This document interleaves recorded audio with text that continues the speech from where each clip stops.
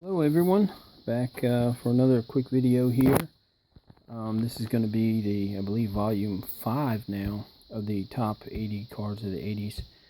So this is our next section here. And we're going to start with Doc Gooden. Got him for his 85 card. Doc, I grew up as a Mets fan, I think I've said, and he is, to me, a real shame. If he stayed clean and everything, he was such an amazing pitcher. There's no telling how good he could have been.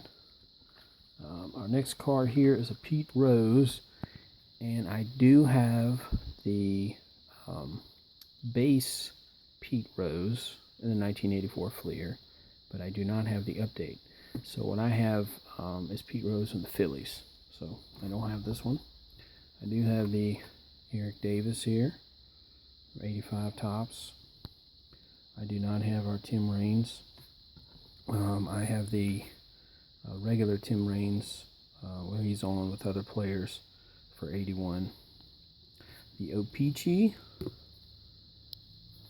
So this is one of the first rookie cards, if I remember correctly, trying to get back into the hobby and collecting. I noticed a big price difference between the Topps rookies and the O-Pee-Chee rookies. So, these are actually more rare. So I jumped on this one for the Tony Gwynn. I believe I also have several of the other big rookies around the same time, like the Sandberg and the Puckett in O-Pee-Chee as well. And I probably, if I have one of these, I have 20. The Bo Jackson Topps 1987. I don't mind at all. It's a great card, kind of like the Barry Bonds. Great to collect, inexpensive, very good card for the collection. Here you got Barry Bonds, 49, and the Donruss 87. I also have this in Fleer. Then I didn't have this card till recently. I had pretty much all the rest of them. With the 89 Griffey, the rookies. I do not have the Clemens. I have my out for the Puckett and the Clemens, the 85 Fleer versions, but I just haven't seen a good enough deal yet. And Roberto Alomar in the score traded. Then we have Randy Johnson.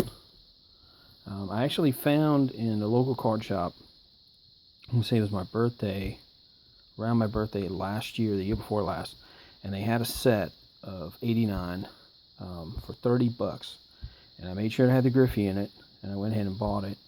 And all the key cards are in there, including the Griffey. And you might not be able to find the Griffey for $30, let alone the whole set. So that was a great deal, and I'm glad I got it. And this was one of those cards in there. And then finally, for this section, we have the Fernando Valenzuela, Fernando Mania for the 1981. And that's going to be it for this section that we're doing. I do want to throw this in. This is my first and only PSA graded mantle. So you see that it's a PS1, but it is PSA graded, and it's a card I was looking for a long time, the AL Bombers, and trying to get this to focus.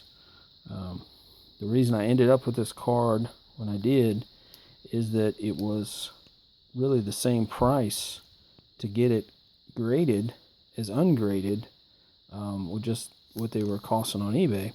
So, in varying conditions, but this is, I usually buy low grade stuff just to keep the cost reasonable. And so I said, well, if I can get a low grade mantle at the same price as a graded one, I might as well buy this one. So let's see if it'll get any better here on the focusing. I hope so. So we got Maris, Cash, Mantle, and K-Line on here. So it's a pretty cool card. And I have the rest of my mantles on that mantle series I did. But thanks for joining me today. They're finally focused. I'll be trying to put some more stuff out here soon. And if you haven't subscribed, please do so. I have the rest of the series to finish. I'm probably going to go through some more of my vintage stuff and do like a Hank Aaron collection or Frank Robinson, things like that. So we'll see you next time.